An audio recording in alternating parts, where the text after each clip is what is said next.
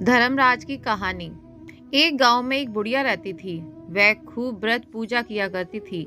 जब उसकी उम्र पूरी हो गई तो उसे एक दिन यमदूत लेने आ गए और वह उनके साथ चल दी। रास्ते में चलते चलते एक गहरी नदी आई तो यमदूत ने उससे पूछा कि माई, तुमने गौदान किया है या नहीं। बुढ़िया ने तुरंत पूरी श्रद्धा से गाय का ध्यान किया तो गाय उसके समक्ष आ गई। फिर बुढ़िया उस गाय की पूंछ पकड़कर नदी आसानी से पार कर गई। कुछ देर बाद उसके रास्ते में काले कुत्ते आ गए। तब यमदूत ने कहा कि कुत्तों को खाना दिया था या नहीं। बुढ़िया ने फिर कुत्तों का ध्यान किया तो वो रास्ते से चले गए। बुढ़िया फिर से आगे बढ़ने लगी तब उसके रास्ते में कौवे आ गए। उन्होंने उसके सिर में चोंच मारनी शुरू कर दी तो यमदूत बोले कि किसी ब्राह्मण की बेटी के सिर में तेल लगाया था या नहीं।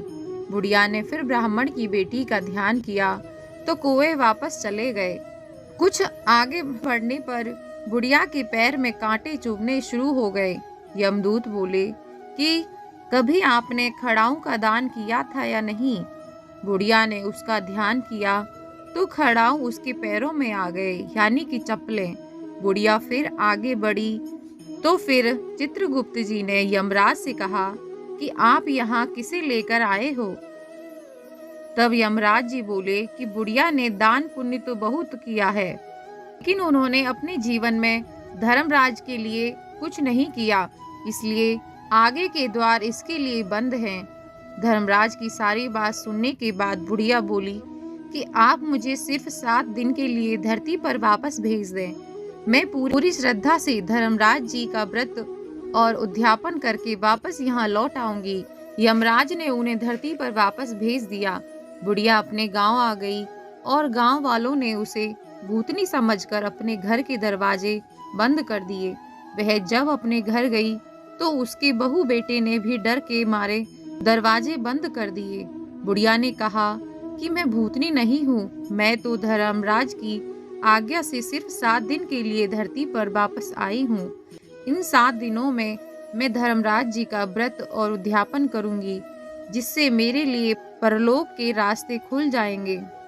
बुढ़िया की बातें सुनकर बहू बेटे उनके लिए पूजा की सामग्री ले आए, लेकिन जब बुढ़िया कहानी कहती है तब वह हुकार नहीं भरती, जिससे बुढ़िया बाद में अपनी पड़ोसन को कहानी सुनाती है और वह हुकार भरती है। इसी तरह से 7 दिन धर्मराज की विधि विधान पूर्वक व्रत और उद्यापन करने के बाद यमराज जी बुढ़िया को लेने के लिए विमान भेजते हैं। स्वर्ग से आए विमान को देख उसकी बहू बेटों के साथ सारे गांव वाले भी स्वर्ग जाने को तैयार हो गए। बुढ़िया ने कहा कि तुम कहाँ तैयार हो रहे हो, मेरी कहानी तो सिर्फ मेरी पड़ोसन ने सुनी है, इसलिए वही मेरे साथ जाएगी। तब सारे गांव वाले बुढ़िया से धर्मराज जी की कहानी सुनने का आग्रह करने लगे। तब बुढ़िया उन्हें भी कहानी सुना देती है। कहानी सुनने के बाद गांव के सभी लोग विमान में बैठकर स्वर्ग जाते हैं। तो धर्मराज जी कहते हैं, मैंने तो विमान केवल बुढ़िया को लाने के लिए भेजा था। तब बुढ़िया माई ने कहा कि हे धर्मराज जी, मैंने अपने जीवन में जो भी पुण्य किए हैं उनमें से आधा भाग मैं अपने गांव वालों को देना चाहती हूँ। इस तरह से धर्मराज ने ग्रामवासियों को भी स्वर्ग में जाने दिया। हे धर्मराज महाराज, जैसे आपने बुढ़िया और उसके गांव के सभी लोगों को स्वर्ग में जगह दी, उसी तरह से हमें भी देना। साथ ही कहानी सुनकर हुंकार भरने वाले को भी और कहानी कहने वाले को भी पौराणिक कथाओं के अनुसार कोई भी मनुष्य इस कहानी को 1 साल या 6 महीने या 7 दिन ही सुने। धर्मराज की कहानी जरूर सुननी चाहिए। इसके बाद इसका उद्यापन करना चाहिए।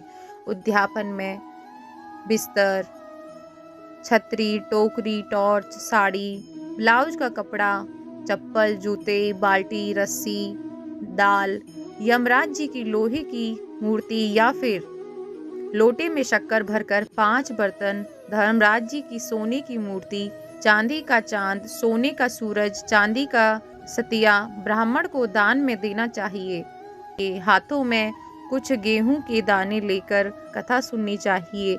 अंत में वह दानों को पक्षियों के लिए डाल देना चाहिए।